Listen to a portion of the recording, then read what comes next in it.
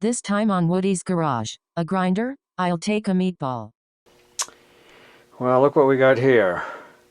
I saw this ad on Craigslist the other day for a guy who was moving. He said, you know, come pick this up or I'm going to throw it in the trash on Tuesday. So it was just up the street and I already have a grinder.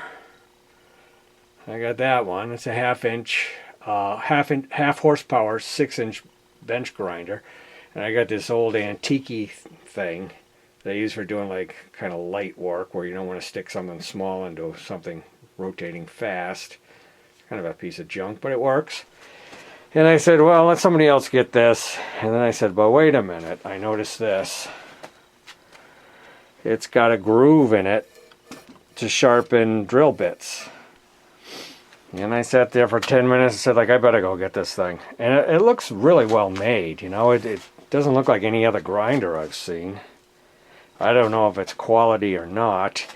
And I asked the guy, like, what's this thing for? And then when I got home, I realized you put some water in there to cool things off as you're grinding. So that's really kind of neat. The only other thing I wish it had on it was a light. But it came with these rubber bumper feet. And one of the screws had remnants of a grommet that goes through the legs for the screws so that it has a nice, you know, rubber drive and it doesn't vibrate much like they often do. That one actually works pretty smooth. I don't know the name of it. It's a All-Trade. Yeah, I never heard of that before, but maybe it's a good one. I don't know. Works good. But yeah, but now I got another one. Terrific. So it does work. I plugged it in.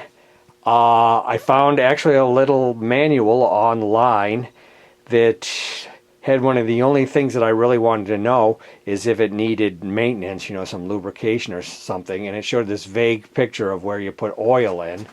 And I have yet to find that out. Let's flip it around. The thing I know is that the what's it called? The McGraw Edison company. This is a Shopmate 2602 TO. Was made by or sold by JCPenney. So that's all I know about it. I really don't know if they consider it a quality machine. Kind of feels like it. But on the bottom here we got all this dirty shit. We'll get rid of that. And I don't see any of the access points that they said to oil it with. I know on this side I'm also missing one screw. Let's see if we can find something for that. Well, let's clean up this gunk.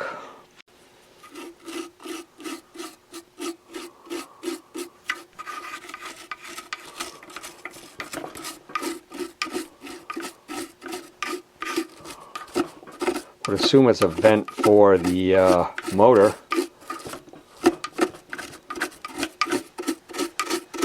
There's only one on one side.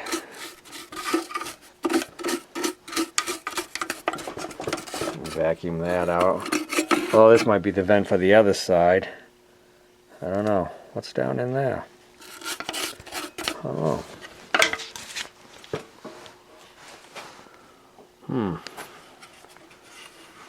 See if I can spin the shaft.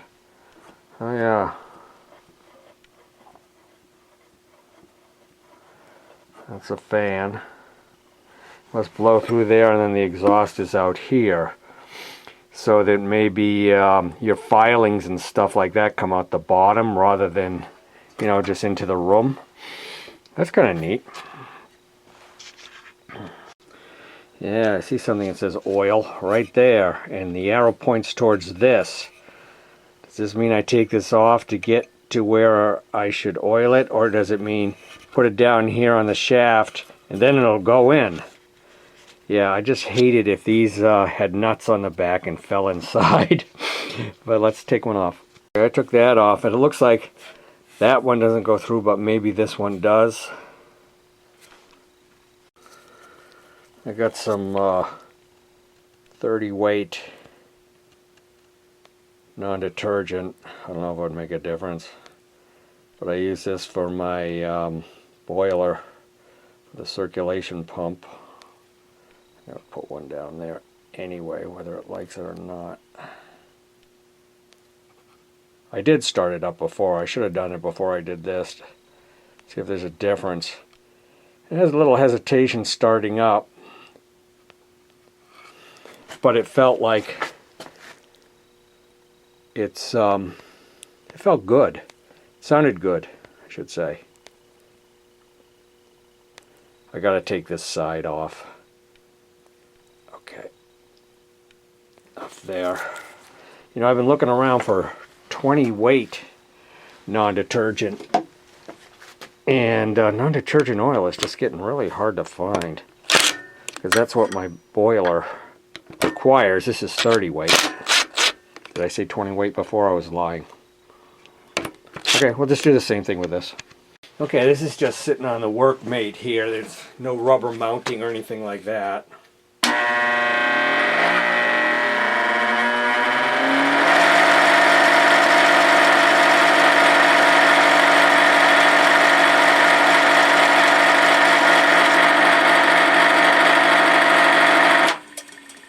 Quite honestly, it's 10 times noisier than before I put the oil in it.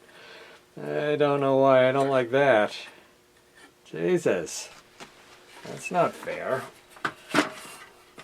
I think you screwed it up. Yeah,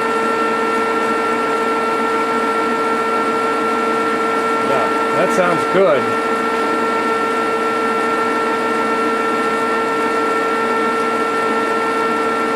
Takes a while to get going. I think maybe it's like a 2-stage motor or something. Starts slow and then kicks up. So I'm going to cut some new rubber grommets out of this fuel line. Put one, you know, just got to be about a 1/4 inch or something like that, just to go around the bolt and you know, cut it off above there so it's a cushion there. And they'll sit on these and it'll be really nice. But the problem is, where does it go on the bench? I already got 2 on the bench. Do I take the oldie out? Which does take up a lot of space.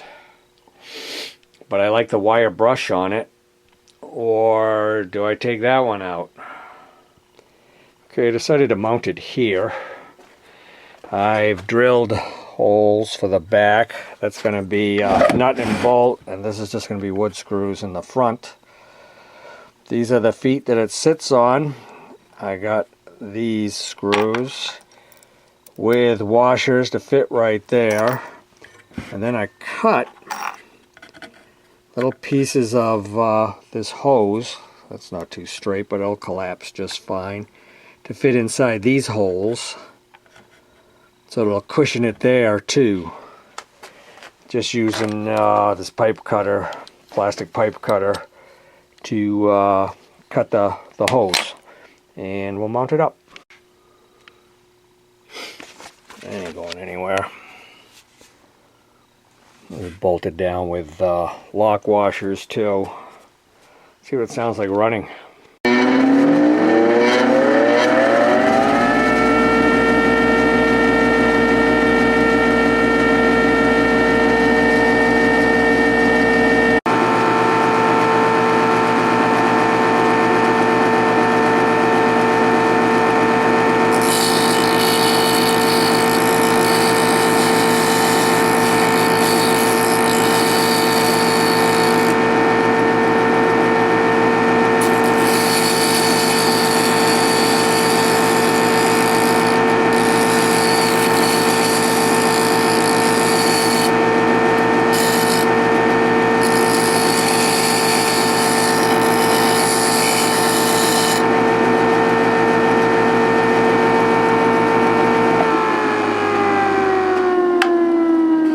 Supposed to put some water in there to cool things down.